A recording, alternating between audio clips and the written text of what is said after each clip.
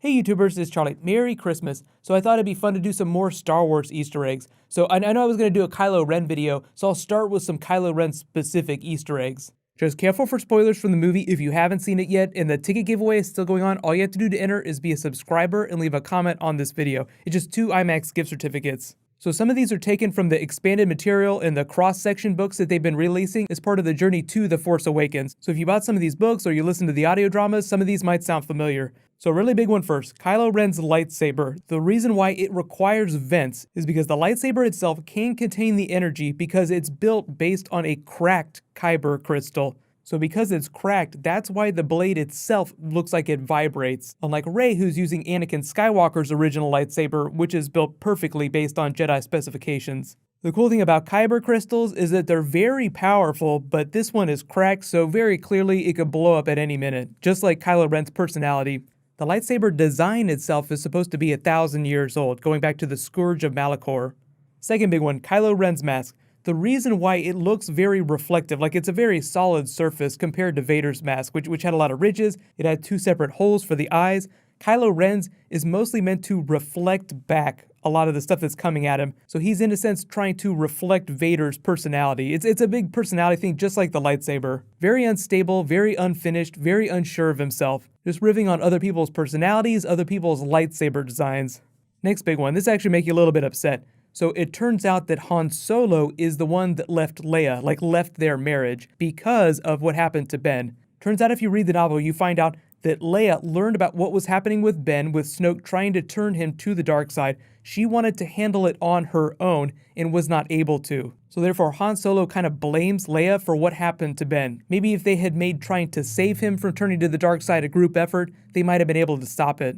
Turns out Kylo Ren himself is about 30 years old. He was born within about a year of the Battle of Endor, and then Han and Leia were married about that time. So it turns out they were married for quite a period of time before Ben turned to the dark side, because it sounded like that didn't happen until he was in his teenage years. So they would have had to have been married and had this happy family for at least about 15 years. But remember, Leia sent Ben away to train with Luke, so she wasn't around him the whole time.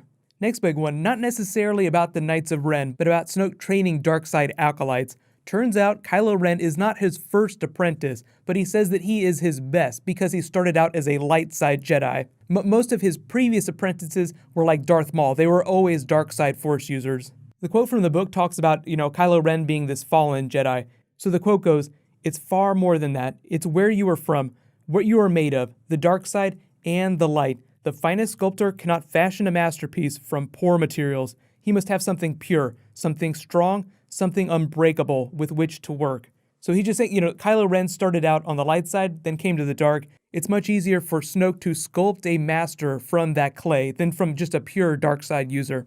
The next one's a little bit more funny. It's kind of a riff on a joke from A New Hope, where Han Solo says, "Careful, droids don't pull people's arms out of their sockets when they lose." Well, it turns out in the original cut of The Force Awakens, there was this really bloody cantina scene where Chewbacca actually does rip out someone's arms. It turns out Unkar Plutt here, the traitor that Rey kept trading scraps to, who wanted to steal the droid from her, chases her down to Maz Kanata's cantina, and that's where Chewbacca rips his arms out of his sockets.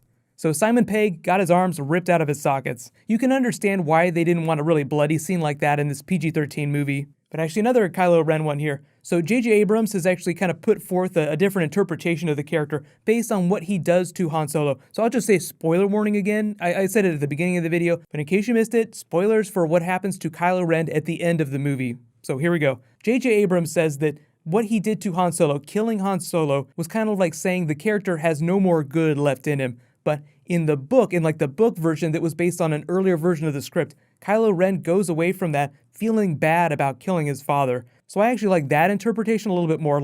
He is conflicted, he kills Han Solo, so that's all he feels he needs to do to cut off the pull of the light side of the Force, but he still feels bad about it after the fact. Obviously, the trilogy is going to be way more complicated than just being this simple redemption arc for Kylo Ren, but I do feel like it's going to be in there somewhere. Bring Ben home. Another big plot point I know everybody's wondering about. R2-D2 seemingly just miraculously wakes up at the end of the movie with the whole map, oh my god, I was asleep this whole time. Well, it turns out in the novel, it's because BB-8 wheels up to R2 with his piece of the map and says, "Look, I have this piece of the map do you have anything to complete it? And that's what wakes R2 up. It's not like some crazy explanation with Luke using the Force from the other side of the galaxy. It's just simply BB-8 with his piece of the map. J.J. Abrams has also said how he's cut a lot of dialogue, like Lawrence Kasdan was like, you don't need all that, just cut the dialogue, trust the characters. Well, part of that was another callback to episode 4, with, Princess Leia saying, help me, Obi-Wan, you're my only hope. They had a moment like that with Rey and Luke. So you can understand why they cut that, it's just way too on the nose, and you kind of get that without them having to say it. Luke has a pretty solid idea why she's tracked him down.